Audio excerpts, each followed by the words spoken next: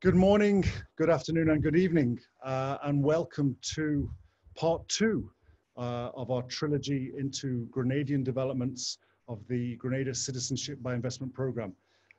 You can see today I am in the beautiful point at Petite, Calvigny, one of the approved developments of the Grenada program. And joining me here today is the developer himself, Dr. Christopher Ashby, and the marketing manager for the point at Petite Calvigny, Kelliann Waldron. Dr. Ashby is a Grenadian citizen. Actually, his primary residence is on our sister island of Carriacou. He's done a number of developments in Grenada and also internationally.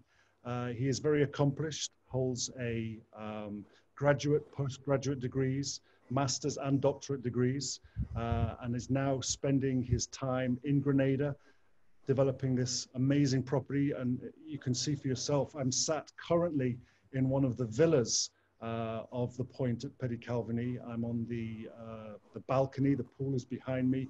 This amazing view looking back towards the south coast of Grenada. The point at Petite Calvigny is situated in a residential peninsula, if you like, on the southeast coast. So everybody has these amazing views of the ocean behind. Kelliann is the marketing manager for the point at Petite Calvigny. She is Grenadian born. She has spent 10 years in the marketing, communication, public relations field, and has been with the point at Petite Calvigny now for, I think, for about 3 years. So I'm delighted that they can both join us. I think what we're going to do first is give you people that have logged in an opportunity to watch a video on the point to really see what we can see here and have an overview of the development. And what we'll do then is, as you've probably seen from our previous format, we have a number of questions. We have a standard format of questions. We like to try and ask the same questions to each developer, so you all get a similar kind of perspective when comparing. So we'll move into those questions, and then once those questions are finished, you, the audience, get the opportunity to ask questions live to Dr. Ashby and to Kelliann. You will see on the bottom of your screens there is a Q&A box. You can type your questions in there. And we will address those as they come in at the end of this predetermined question session. So what I'd like to do now is play the video of the point at Petite Calvigny, an approved development of the Grenada Citizenship by Investment project.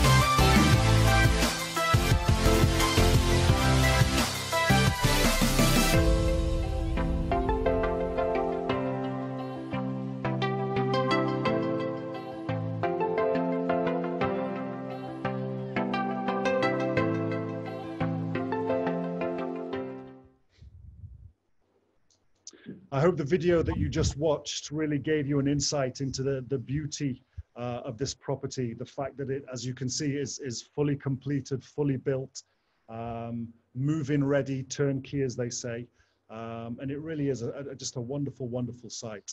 As I mentioned earlier, we have some questions that are questions that I have composed, if you like, that gives you, the listener, the opportunity to understand a little bit more about Dr. Ashby, the development itself, and its impact on Grenada. So I'm going to move straight into those questions now, and if I could direct this one to Dr. Ashby. It's always nice to know, Dr. Ashby, what is the motivation for you as a Grenadian, as a developer, to build a point at Petite Calvigny? Thank you for your question, Rick. The motivation was a product of a very personal ideal, along with a very specific set of business criteria. I wanted to create a collection of unique residences in harmony with the land and this beautiful marine environment. We are actually situated in a marine sanctuary.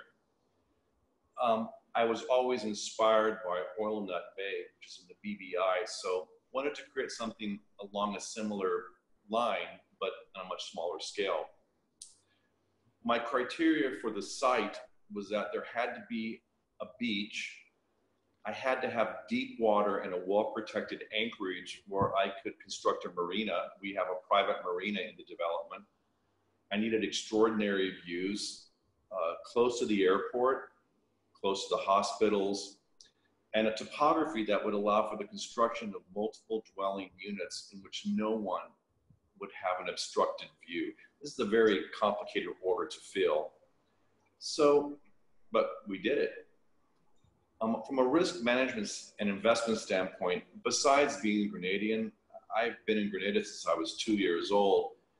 I still am a risk-averse investor, and I chose Grenada for a number of reasons, which we'll come to later, but from a strictly business standpoint, Grenada has an extremely strong rule of law. We have a legal system which supports property rights for individuals and corporations. This is extremely important.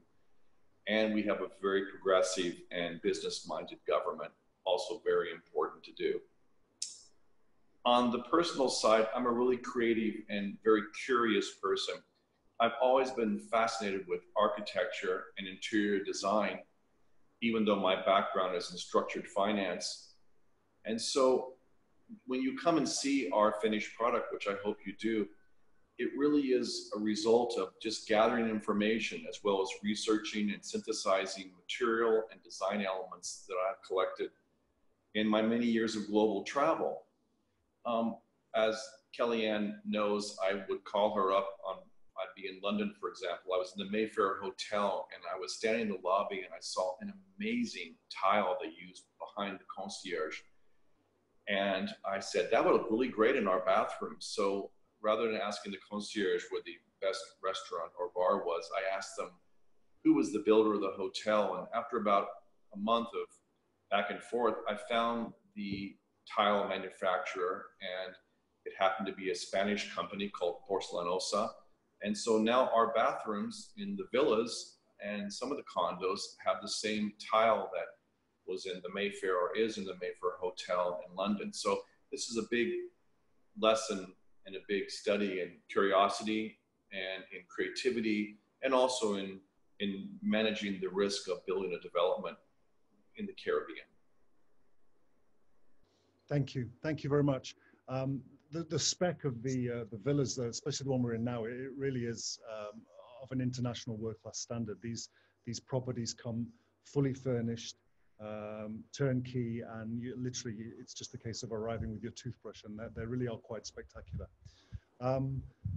I think, as our viewers have seen, and as most of them will know, there are a number of approved developments in Grenada. In this trilogy, we're really focusing on 3 of the Grenadian-owned, Grenadian-built boutique developments, but there are others to choose from, as everybody knows. I'd be interested to learn, again, Dr. Ashby, whilst there are a specifically low number of developments in Grenada, which I think is a good thing for the country. And it means that hopefully all of them will move forward to completion. How does the point at Petite Calvigny differ from those other developments that our potential investors and viewers have the access to?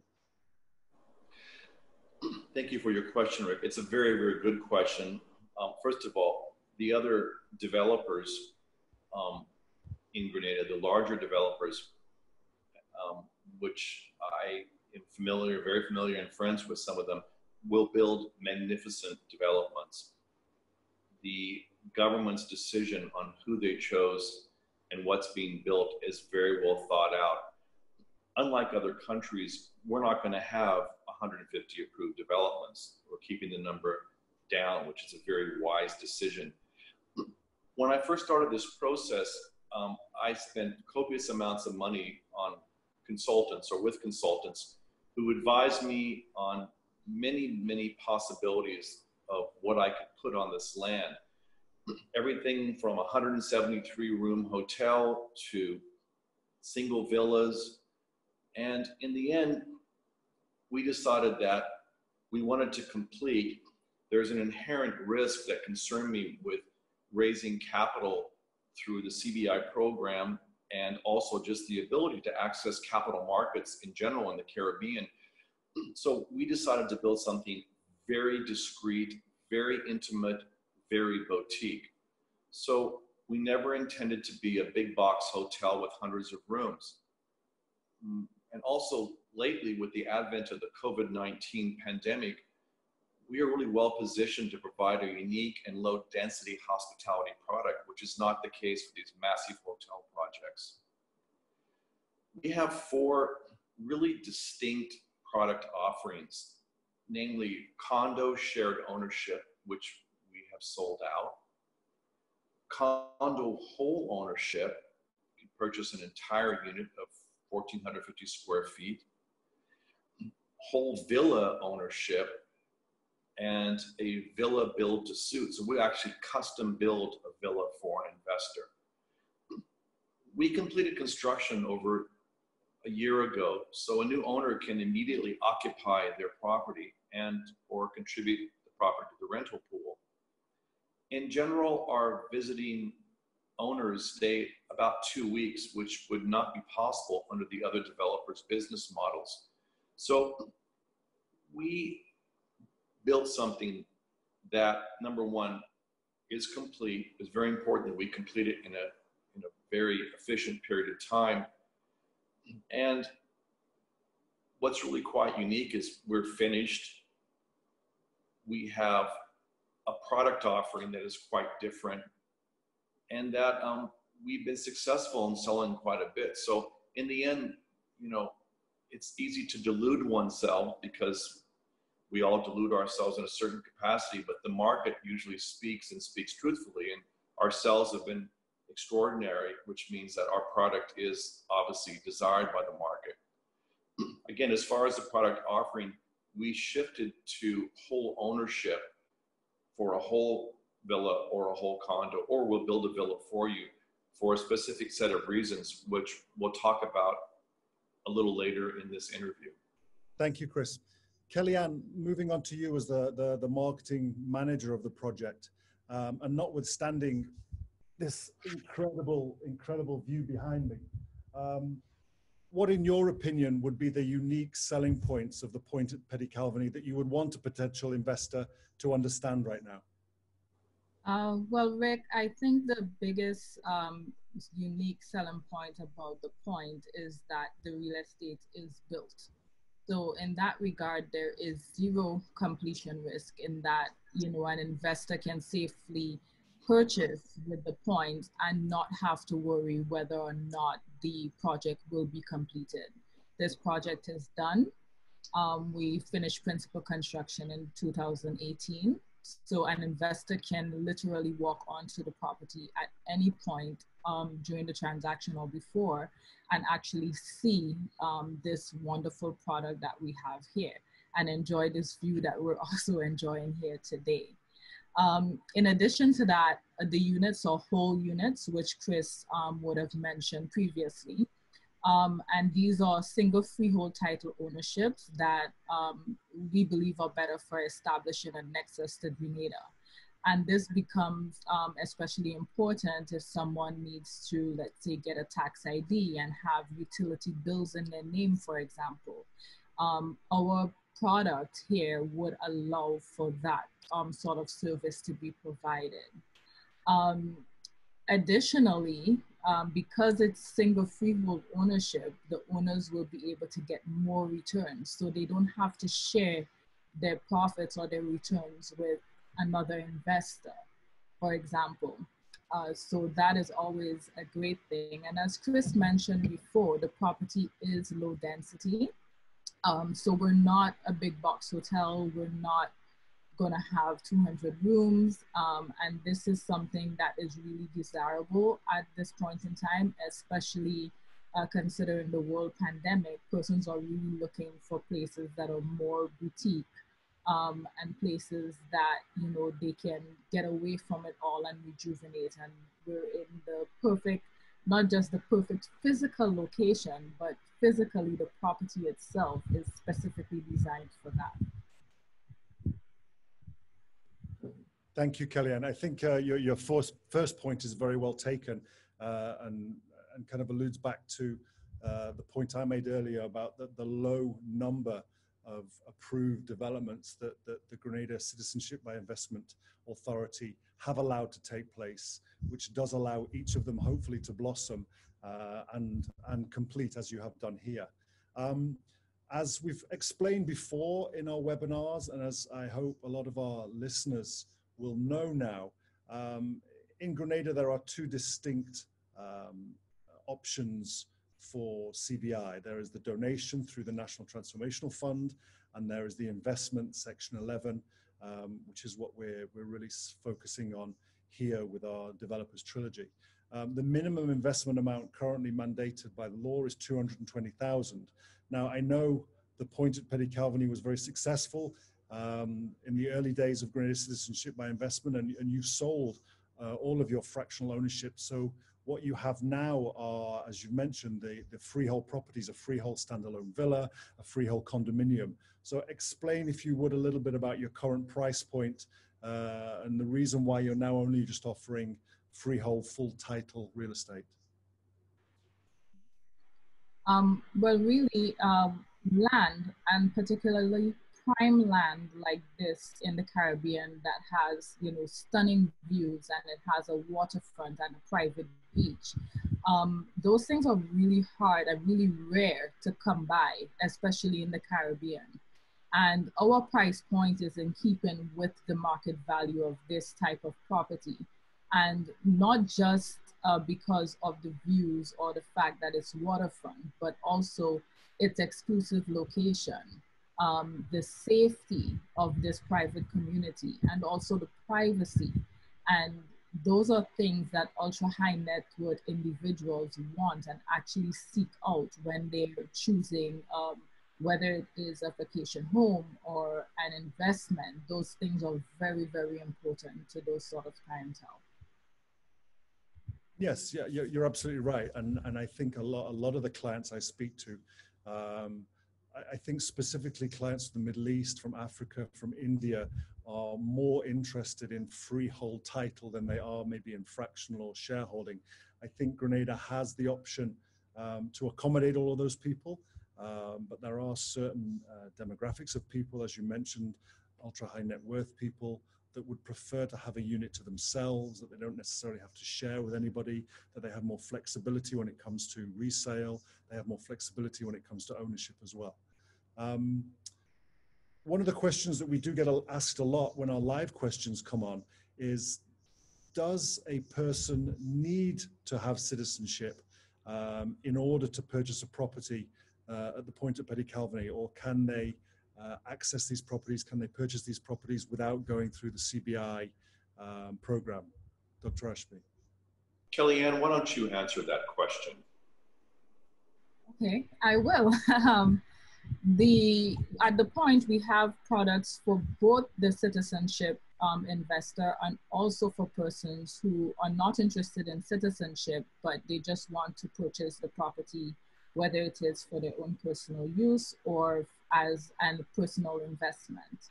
And that also includes our build to suit program, where we can custom build a villa for a client in a design that of course is in keeping with our natural environment here, but something that, you know, is more personal to their taste and their sort of lifestyle. But we also have a collection of villas and condominiums here that are very high quality, very well constructed, that they can choose from. They're already pre-built. Some of them are already furnished, and then they would also have the option to furnish their own unit as well if they invest in one that is not already furnished. Thank you.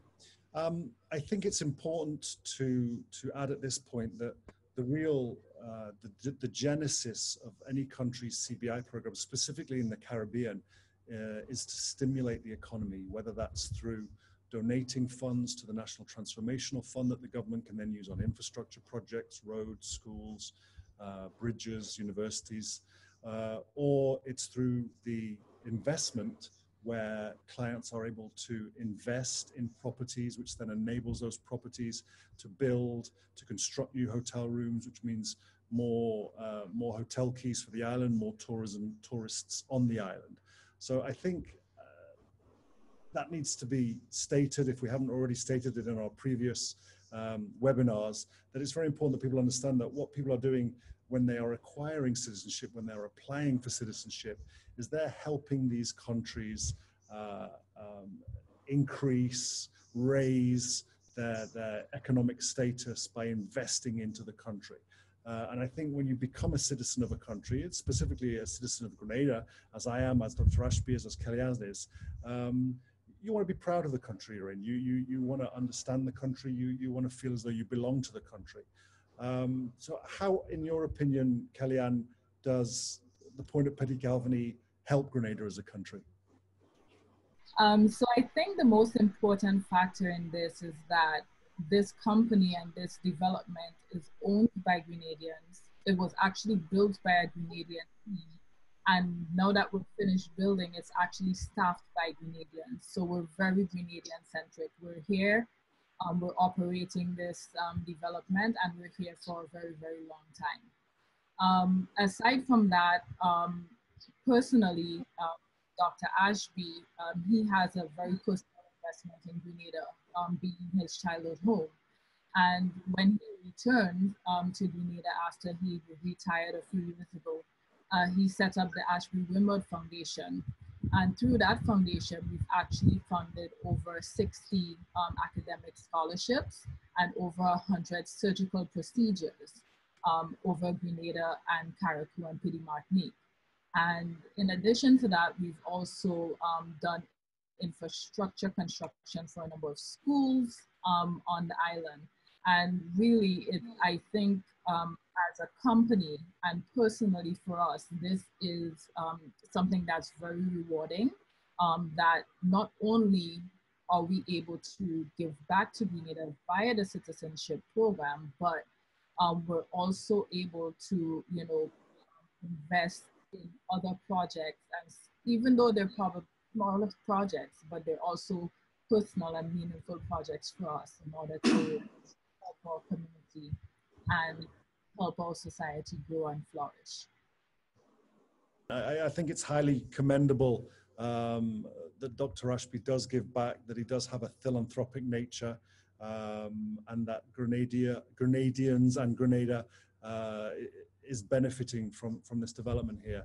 I think the first half a dozen questions have really given people an insight into the point at Petite Calvigny.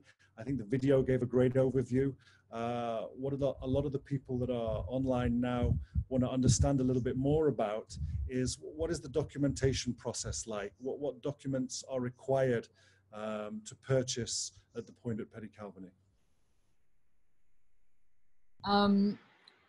So for persons purchasing under the CBI model, there is considerably more documentation in that than there is in purchasing straight real estate. So aside from the real estate purchase agreement, there are certain citizenship application documents that need to be filled out and information provided to the government of Grenada in order to facilitate the citizenship by investment process.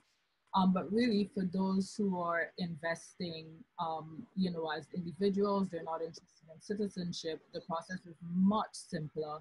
It has a lot less documentation, and really what you're looking at in terms of when you're purchasing direct real estate is doing a purchase agreement, and then there's minimal documentation that would be required following that to support the application for a landholding license in Grenada. So I think, like with any other country, the documentation that is required for citizenship by investment is pretty much, you know, standard across countries. And, you know, you're applying for a citizenship in a country. It's not just applying for a visa. So it's a little bit more documentation that's required so that the government will be able to do the necessary due diligence, etc. Thank you, Kelliann. I think we've covered in our previous webinars that the documentation process for CBI is relatively simple. It's the same kind of documents you would require if you were applying for a passport of your home country. I would imagine, though, that there has to be a benefit of purchasing here through the CBI program, because once you become a citizen of Grenada, you wouldn't have to pay, for example, alien landholding tax, and there may be some concessions in the development which you would save on, whereas if you buy it outside of CBI, it could cost you more. Would that be correct?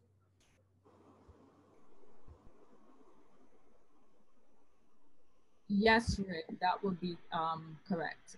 As a citizen, you definitely get more concessions, or more of a break, I should say, on some of the taxes when you purchase a property.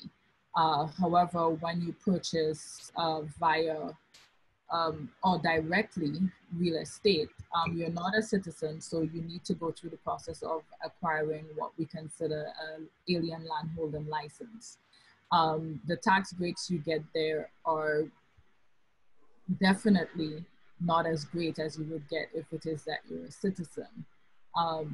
However, the point at Petite Calvigny, we have our own concessions in that regard. Thank you, Dr. Ashby. As you can see, the sun is now high in the sky, so it's jackets off for me outside here on the porch. Kelliann, if I may, could you talk a little bit about what kind of after-sales support is available to those successful investors, those successful applicants, once they have received their citizenship, and obviously they have their title deed to their villa at the point at Petite Calvigny? Thank you for that question, Rick. It's a very important one. Whether you're investing in CBI projects or in the stock market, risk is never static. And especially as it pertains to a CBI project, I would say the three most obvious areas of risk are: number one, completion risk. Most developers are funding their projects with proceeds from the completed applications. Application generation and processing slows down, the development slows down. As we've seen in Grenada and other countries, the market is becoming much more competitive, with more and more developers competing for investment dollars. The lack of robust capital markets in the Caribbean make it very difficult to access other forms of capital, be it long-term debt and or private equity. So in most cases, the CBI application proceeds gained by the developer are the only source of funding. And so if CBI program were to stop for any reason, and or applications were to slow down or stop for any reason, the development would follow suit in most cases. Again, I cannot speak to other developers' specific capital structures, but this is and has been the norm in most of the Southern Caribbean. Occupancy risk. The two areas of returns for investors are income, and capital gains. On the income side, the returns are entirely a product of occupancy. No one shows up, there's no revenue. Hotel developments and developers are really in a conundrum right now, especially those who are in process of construction, as they need to really rethink the metrics of how these big box hotels work. You know, a 150 room hotel or a 200 room hotel under construction with the usual benefits or that are, for example, you know, a spa, a large restaurant, large bars, whatever. These are going to change materially with the advent of government regulations regarding social distancing. So the larger the hotel, the more potential guests and the more complications as it pertains to this social distancing phenomenon. It really is hard to say how this will shake out. If one looks at the metrics of what hotel operators and hotel owners are doing in the rest of the world, it's a time of great uncertainty, excuse me. It is a time of great uncertainty. So the smaller hotels, the more boutique hotels with less density, with lower amount of clients only because of the capabilities and capacity of the hotel, will probably do better in the advent of this new social distancing metric. Finally, resale. You know, will the investor be able to sell their investment when the statutory holding periods are over?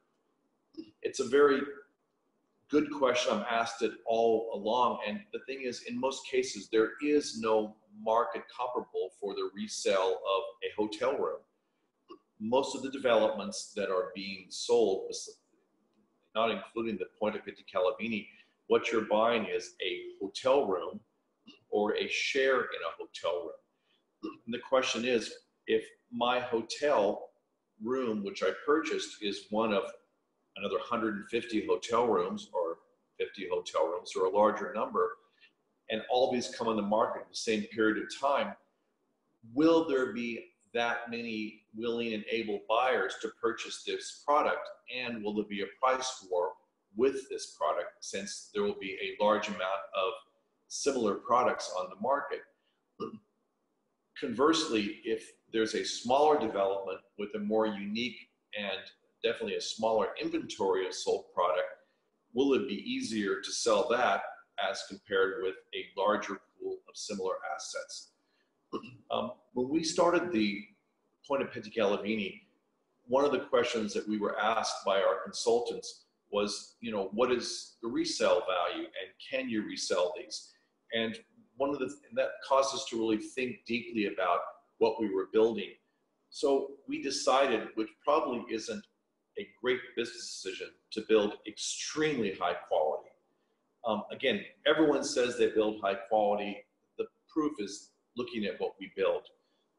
As mentioned earlier on, using Miami-Dade Cat 5 standards, things like that, which add about 20% to the overall cost.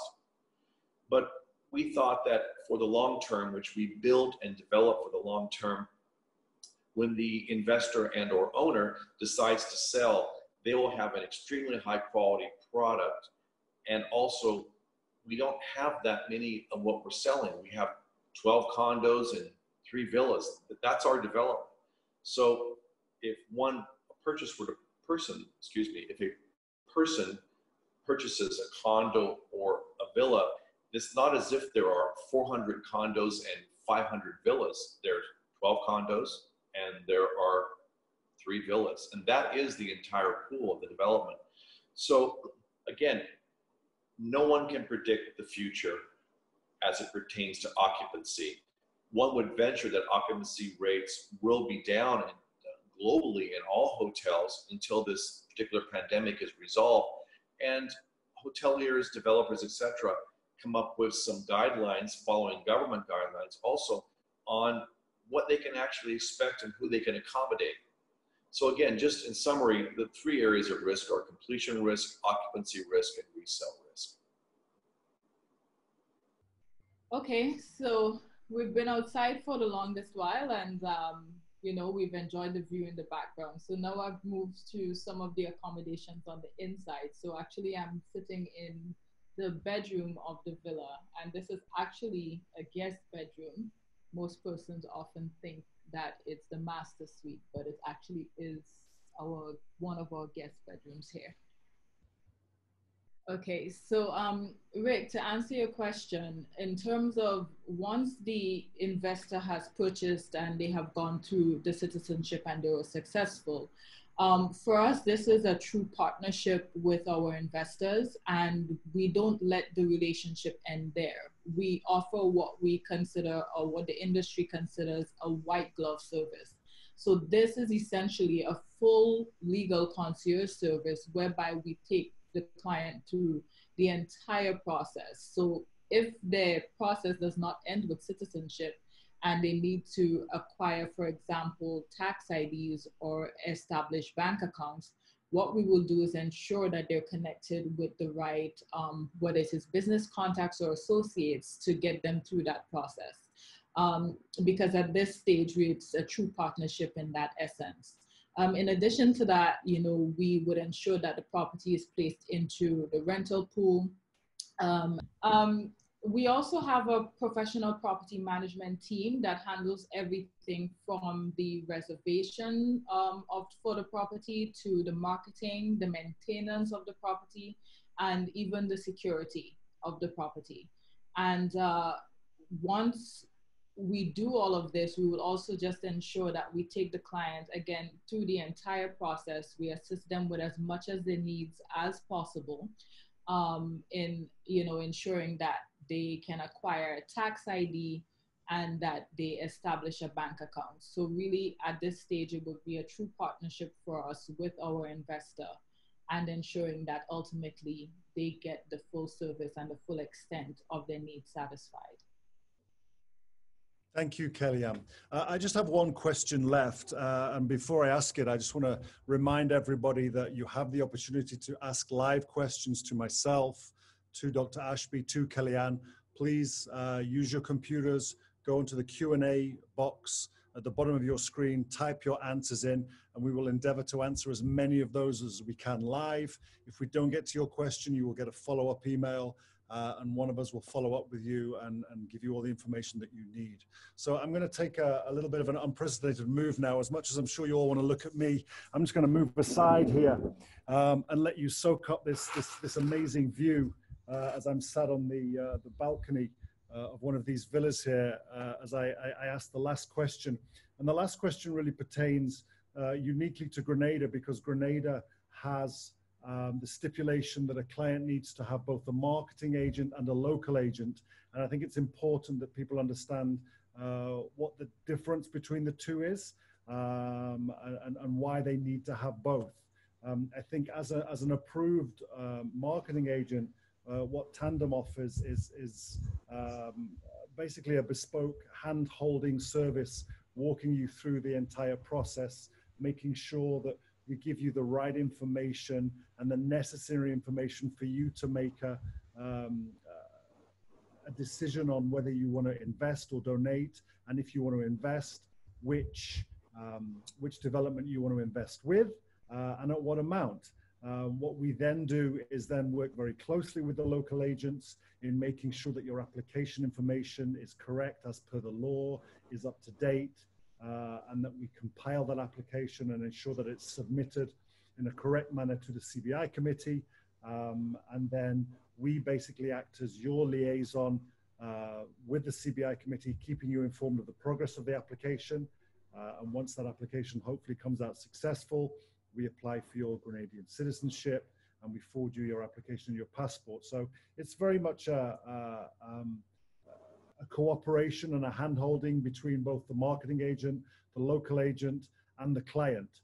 And I think by having that 3 steps, you, the client, really do get a much better service and a much better experience. Chris, I don't know if you want to add anything to that, speaking to, you know, what should an investor really consider when choosing a marketing and local agent? Yes, thank you, Rick. I will give my comments to that. with a marketing agent, it's just really important that the marketing agent understands the product implicitly. I know there are many organizations, they're all over the internet, that they promote CDI investments in multiple jurisdictions. And though probably an okay business model, it's kind of like fishing with 400 hooks. I would say that in the case of Rick and his marketing agent's license, I mean, he is in Grenada, he is Grenadian, he visits the products he represents, he understands the products, he knows the developers. I think it's really important to look at the marketing agent, not just as a broker, but actually as a consultant.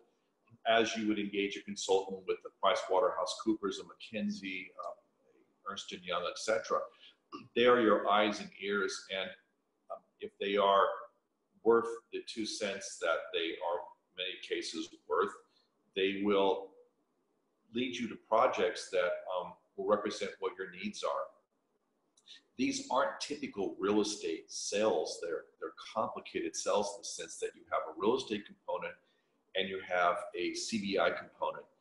And that's why it's essential that your marketing agent can represent and understand and has experienced that which he is promoting, which in this case, the point of Petite Calvigny. Regarding the local agent, which is the legal aspect of the filing of the applications, again, it's just very, very important that the individual has the organizational skills, because the filing of the applications is really just a massive due diligence process. There are many, many, many supporting documents required in each application. And those documents, the absence of those documents can cause the applicant's submission to be delayed for who knows what period of time. So really, the local agent, in most cases, is an attorney in Grenada. Pick one that really has an experience in processing and successfully completing these applications. So it's a combination of an individual, a consultant, as in the case of Rick, who understands the product, represents the product, and isn't just in it for a commission. Again, someone living in who knows where, other country, who represents Grenada, if the case goes bad or the representation made to the client is not factual, they can stay in their country. They have no risk. In the case of Rick, or in the case of myself as a developer, we live here, we're Grenadian, our families are here. It's a different level of commitment altogether. So again, look at the commitment of the consultant, the domain expertise of the consultant, and when I say consultant, I'm saying the marketing agent. In the case of the local agent, I think it's a very simple question. How many applications have you done successfully? And let us know about you as an attorney. Yes, thank you. And I appreciate the endorsement, Chris. I think also as a marketing agent, I mean, I work with most of the local agents, so I'm also able to recommend which attorney may work better, which local agent, I should say, may work better for a client, as some do specialize in maybe Southeast Asia, in China, in the Middle East. So please do use your marketing agent, use your local agent, ask all the questions you need to ask. And one final point before we move on to some of the live questions that we have coming in now, I would say is, you're making an investment here for the rest of your life in the citizenship. But I think what's also important is, you're going to be spending upwards of 150, maybe 220,000, and in the case of the point at Petite Calvigny, significantly more than that. You wouldn't go and buy a Bentley without test driving it. I strongly advise that even though you don't have to, it's worth spending $1,000, $2,000, whatever it costs to get on a plane to London and then get on a plane down to Grenada once you're able to do so, and come and visit the island. Come and visit us. Come and share a rum punch on this balcony with this view, with myself, with Dr. Ashby, with Kelliann. Ask us the questions, see it for yourself, touch it, and understand it. It really would behoove you to come and do that. It would really benefit you as a client to understand a little bit more about the country, and don't just go on the pictures that you may see on the website, some of them computer generated, some of them not. Come and see it for yourself. come and understand the country a little bit, and come and join us in Grenada. So with all that being said, I appreciate Dr. Ashby, Kelliann, your attention in the questions that I had to ask for, but I'm much more interested now in some of the questions that our guests that have logged on online have been asking. So let's move across to those now and see if we can answer some of those.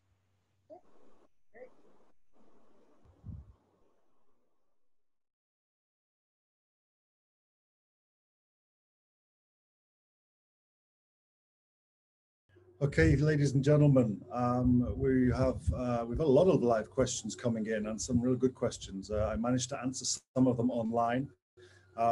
One point I would like to make to everybody before we start with some of the live Q&A is that all of your information that you inputted when you joined this webinar will be kept in strictly confidential and private. This isn't used anywhere else. The email addresses and your contact information will be forwarded to me, and I will reach out to you either via email or WhatsApp to respond to your questions and to see if there's anything else we can do for you. So I know there's been a lot of news recently in the press about the confidentiality of Zoom, but please be assured that everything that you send to us is treated with the strictest of confidentiality. But I would ask you not please to type your email addresses and contact information online anywhere, obviously, because everybody can see that.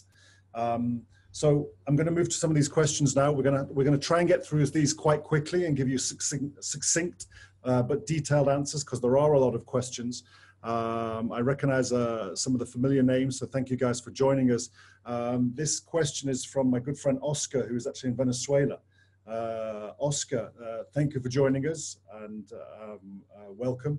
Oscar is asking, how many units are available today between the condos and villas, Chris? Today we have 6 condominiums and 2 villas remaining in our inventory. There you go, Oscar. Hopefully that answers your question. Okay, I'm going to dive into some of the Q&A coming in here. Will the Grenada government be changing the price as St. Lucia recently announced? I did speak a little bit about this before the live session started. I don't know, Chris, if you want to maybe add anything to that.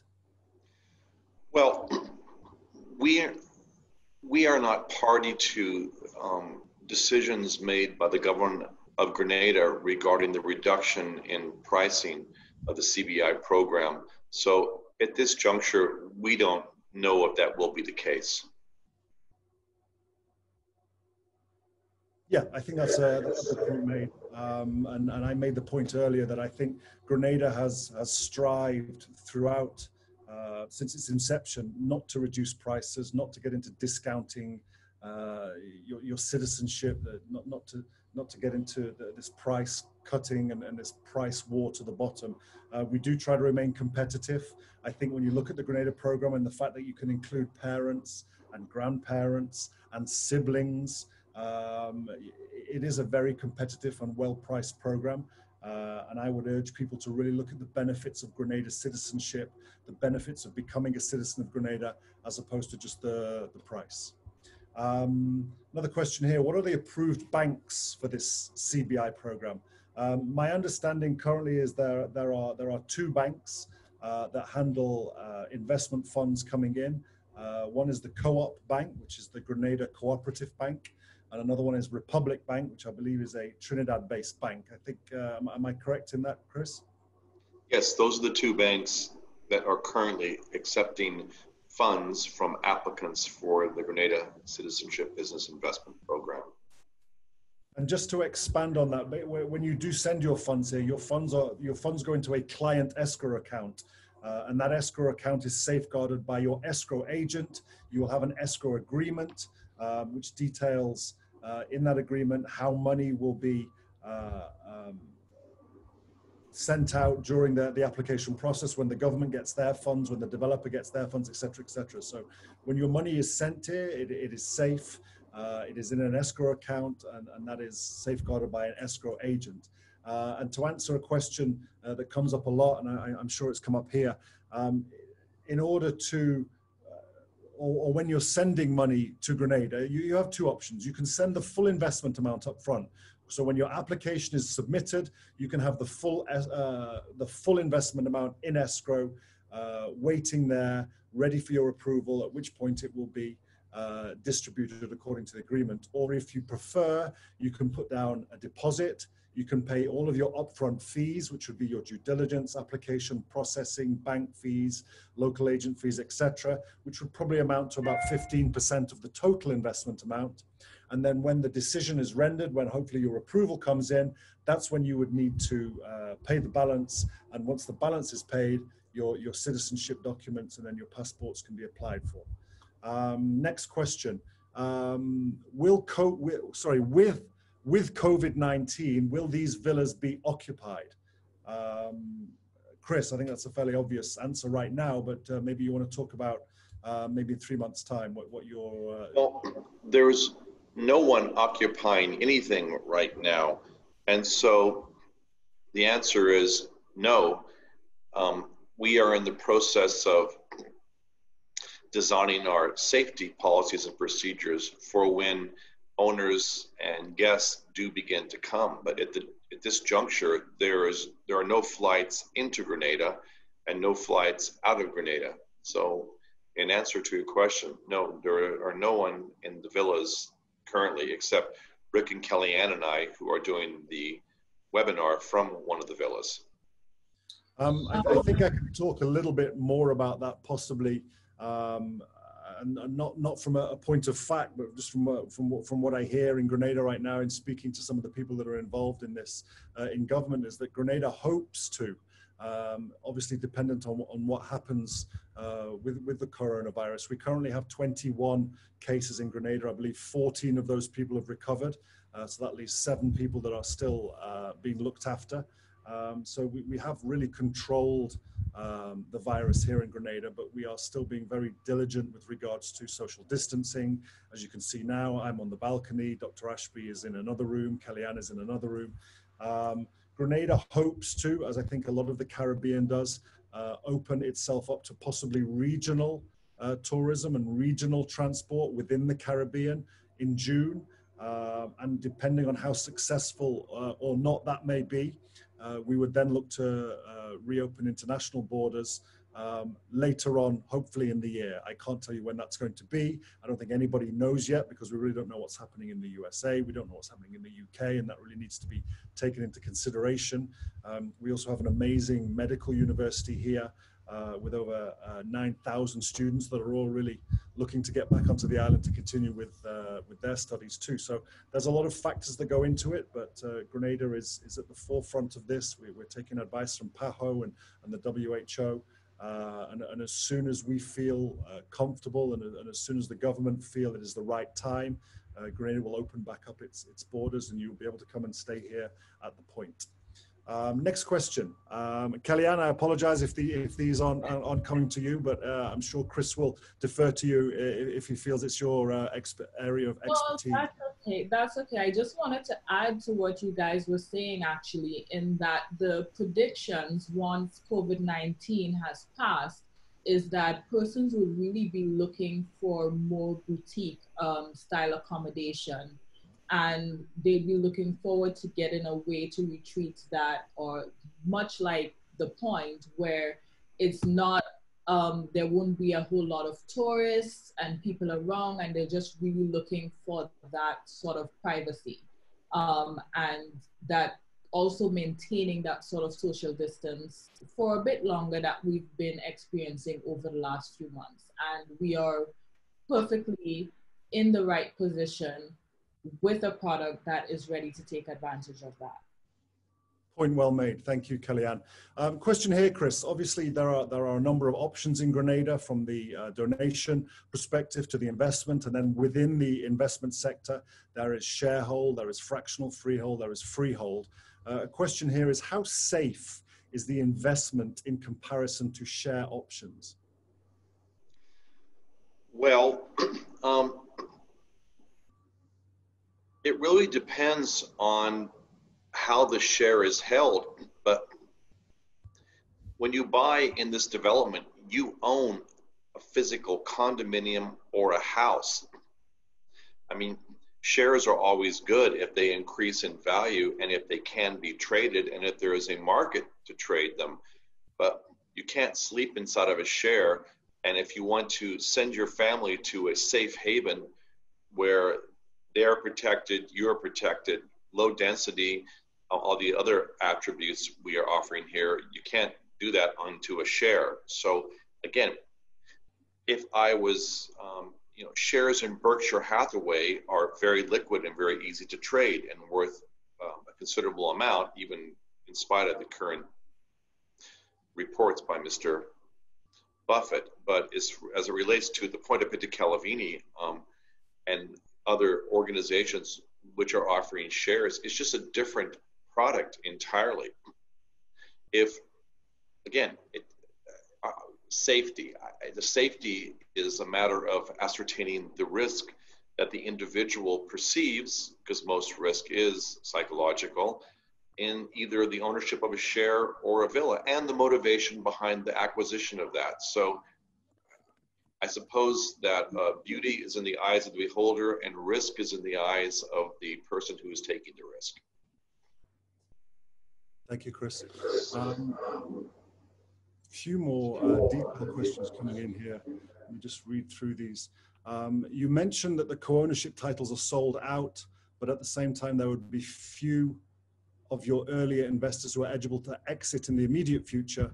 Would you not rather offer them an exit by letting newer subscribers in instead of raising fresh capital? In other words, how will an investor, be it a co-owner or a sole owner, ever exit? So basically just talking about the exit strategy, Chris, of your current investors, and can new investors purchase those investments from the initial investors, I guess? Right now, what we're offering is whole units. Once we have sold out our whole units, and this is not fresh capital, we are fully funded, we are fully built, so we're not raising capital to complete anything. Once we have sold this out, then we'll begin the process of selling out or assisting the previous owners in selling their shares. So that is our strategy right now. A previous owner or a current owner who purchased on the shared ownership model, if they have met the statutory requirement, the statutory period of time they're required to hold that, they are free to begin the process of marketing and trying to sell that. But we are right now selling the remaining inventory. Thank you, Chris.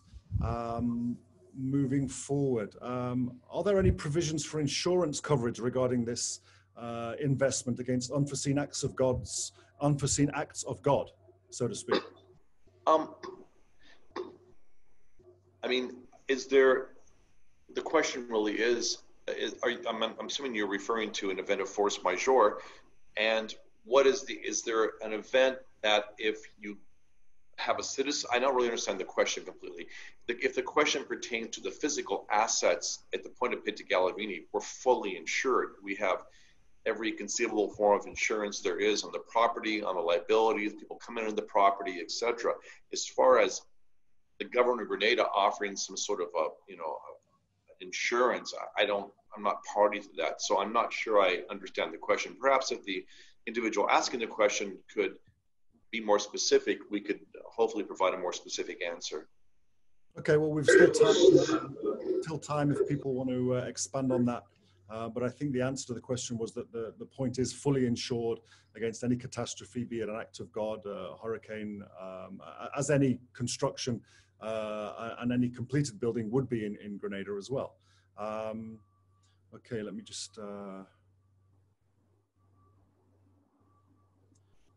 a question here: what is the minimum and fastest investment for Grenada citizenship? The minimum investment level in Grenada is $220,000.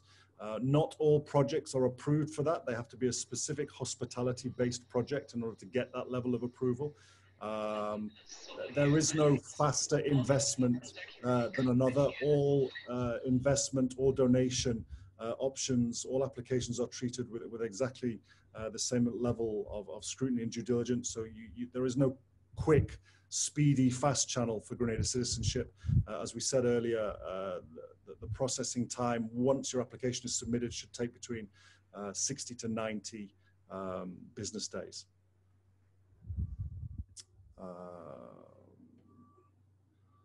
Please expand on the tax benefits of CBI for investors. Chris, I don't know if you want to touch on that much or... Yeah, sure. Well, first of all, Grenada is a tax paradise, but that doesn't automatically mean that one has a structure in place to take advantage of the benefits of being a Grenadian citizen. There's considerable consternation in the world right now, and people are trying to efficiently and effectively do legal tax planning under the guidelines of CRS. And so I can speak to the bright line test that is being used and suggested by individuals who are experts in this area. We do a lot of work with Ernst & Young, specifically their tax department. And so what we're not saying that there is a way to not pay taxes, but what we're saying is that there are specific bright line tests and guidelines that are very beneficial in establishing residency and establishing a physical nexus in a country, albeit Grenada or anywhere else. Those are to have a bank account, to have a business, to have a tax ID, to have some sort of national ID, to own a property and have evidence of a physical title, to have a utility bill. These are all the bright line tests that are minimum to required to ascertain if the individual truly has a physical nexus in that given country. As far as tax planning is concerned, you know, most of the Caribbean countries, many of the Caribbean countries, and many countries in the world have similar tax paradise as Grenada does as far as the amenities offered by the government. No inheritance tax, no income tax, no capital gains tax. The question really is, how are those used creatively and legally by the individual who's looking to structure themselves? As it pertains to the E2 visa, we have been involved in the, we do not process, but many of our clients have obtained E2 visas. And it appears, and this is based on conversations with those attorneys with whom we work in the United States regarding the E2 visa, I'm not derivating from the tax question, by the way, is that the questions are becoming more stringent in the sense that, what is your connection to Grenada? Do you own a property in Grenada? Do you have a business? Do you have family? So the requirements or the questions being asked by the individuals interviewing at the various government consulates for the US government on the E2 are similar to the questions that are being posed by individuals who are trying to pass a tax audit under CRS. Those things I mentioned earlier on are extremely important to satisfy those requirements. Will they satisfy those requirements for all tax authorities? One never knows, but it is an absolute base requirement. Again, utility bill in your name, a property in your name, obviously physical presence in the country for some period of time, extremely important bright line test for the establishment of some sort of tax residency in a country. Thank you, Chris. There's a number of questions here. I'm just trying to collate some of them so that we can answer several birds with one stone, so to speak. There's a lot of questions, a number of questions with regards to how much time should my investment be with the project? What are my approximate earnings? What are the annual charges involved? So with regards to keeping your investment in the project, the government mandated period is 5 years. If you want to sell it on to a third-party investor at the end of that 5-year period. I believe my understanding, and Chris, please tell me if this applies to the point. If you own a property here and you wish to sell it after 2 years, as long as the person buying the property is not or is not looking to apply for CBI, they're able to do that. Is that correct? Sorry, would you ask the question? I'm not sure I understand the question. Yeah, so if there's a 5-year mandated holding period, unless, my understanding, if you want to sell it to somebody else that wants to obtain citizenship. If you want to sell it to anybody, you don't have to hold it for a 5-year period. Is that correct for the point, or? That is my understanding. It's a 3-year hold period, is my understanding. And then the other part of that question is, what are my approximate earnings on my investment, and what are the annual charges in being part of the rental pool? Average income less all charges would be. Right. So there are annual fees associated with the development, electrical fees, fees for maintenance, etc. We have specials right now that we're offering. So for the first year, there are no maintenance, there are no homeowners association fees. So that's a huge benefit. The fees vary per the villas, and the annual homeowners association fees would basically cover the security, the maintenance, etc. Those vary between the condos and the villas. For whole ownership, they're, well, again, they vary. It depends. What we ask is that the client will pay the electricity bills and pay their taxes and pay their water bills. Everything else we cover for the first year under our new program. As far as the returns again are based on occupancy. Based on the numbers that we have, based on what we've actually rented units for, it's around a 6% return per annum. But again, that's based on occupancy. Right now, no one's coming because we're shut down as a country. That 6%, Kelliann, is that a 60% occupancy? Yes, it's at 60%. It's a 60% occupancy for a period of 6 months, because our season in Grenada is short. It's not a 12-month season. So we calculate 60% occupancy for a period of 6 months. Now, again, we're a little bit different because we are licensed as a hotel. We have a license from the government of Grenada to operate as a hotel. So there are people that could come and, other periods of time. Also, there could be long-term renters that come in and want to rent for, say, 2 or 3 months. The world has changed considerably.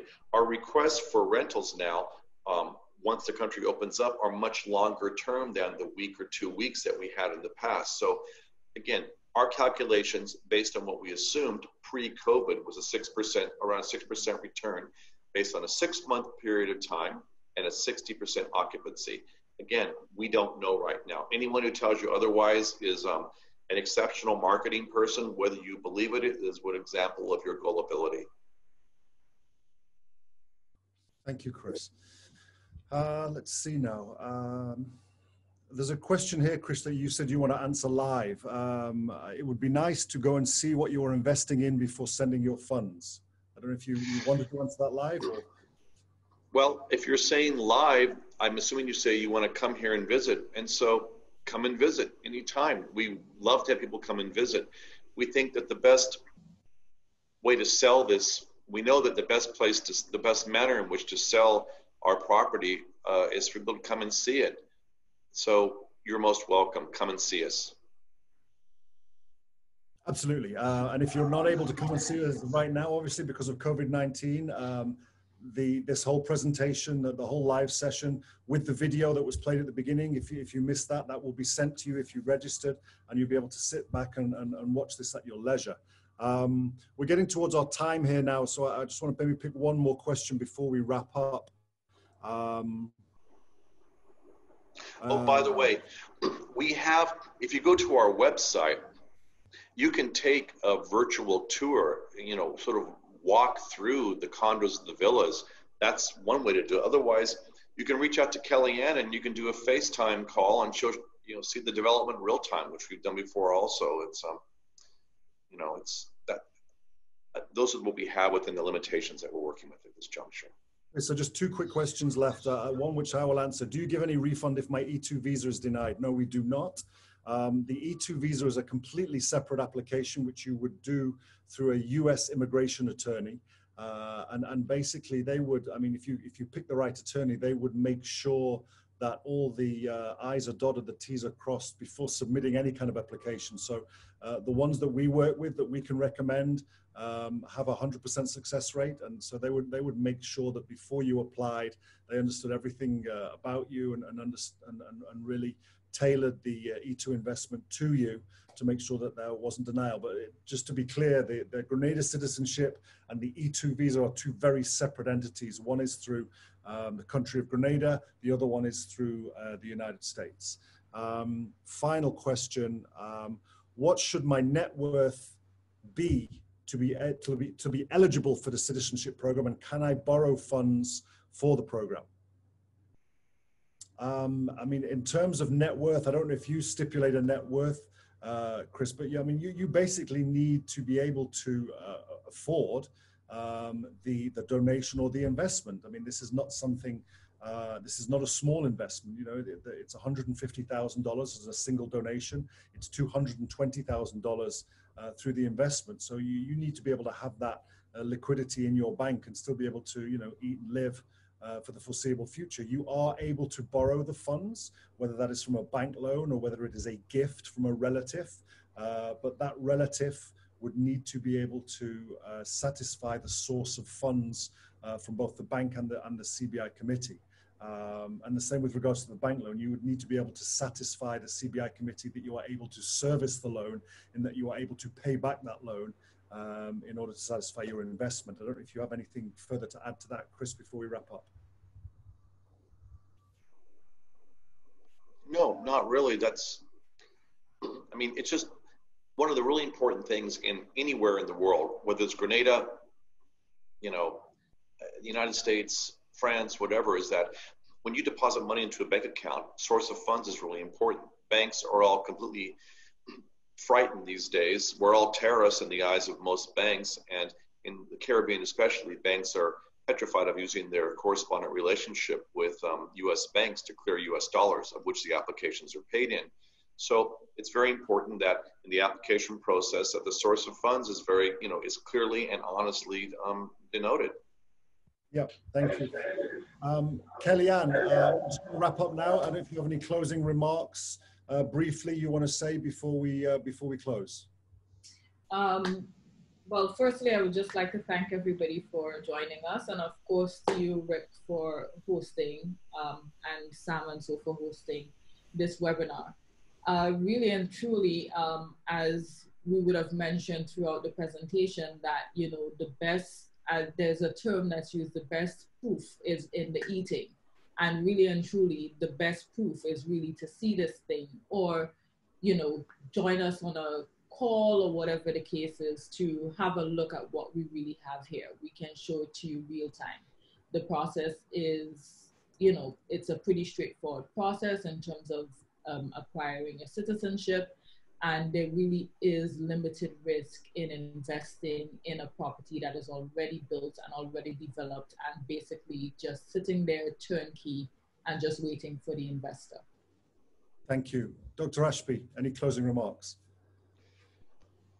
Well, just want to thank everyone very much for their time. We do know your time is valuable, and we're just very grateful for you for coming on and listening. And as I said earlier on in one of the questions that Rick asked, there are many options in Grenada. There are not a monstrous amount, but there are many options. And the other developers, I know that some of you representatives from those other developers are on the this call, and I want to say that we are all creating very different products. The two larger developments, whose representatives I see are online now, they will build magnificent developments. We are all somewhat different. And so the question really comes down to, what is the motivation of the person who wants to come and purchase this? More and more, our request, and this is really a product of this COVID-19 thing, are from people who just don't want to make an investment by, you know, in a share or a hotel room or whatever, because it's an alternative to giving their money as a donation to the government. They want a place where they can come with their families if they have to. They want a place that they physically own and can occupy or not occupy. And so that is the what is changing these days. So as Kelliann said, you know, she said something about food or something like that, but I mean, I'm not sure what you said, Kelliann, but you know, talk is cheap. Just come and see it. It's finished, it's beautiful, it works. People can come and stay here. It's a magnificent place. So if any of you, when the time comes that you can travel, we would just be very honored to have you come here. So just many thanks again for your time. Thank you, Dr. Ashby. Thank you, Kelliann, for taking the time out to showcase the point at Petite Calvigny. Thank you to you all for logging in. It's been an hour and a half now of your day or your evening. I really appreciate it. That's it from the point at Petite Calvigny. You will be getting a copy of this entire live Q&A session in your emails if you subscribed, and there will be follow-up to you from me directly with regards to your continued interest in the Grenada program. As Dr. Ashby said, when you can, please jump on a plane, come and see us. I'd be happy to meet you at the airport. We can organize visas on arrival for those of you that don't have visa, free entry into Grenada. We can show you all of the properties that we've talked about on this trilogy, as well as all of the other properties and approved developments that are in Grenada, and give you a full tour so that you can really make an informed decision about what investment is best for you.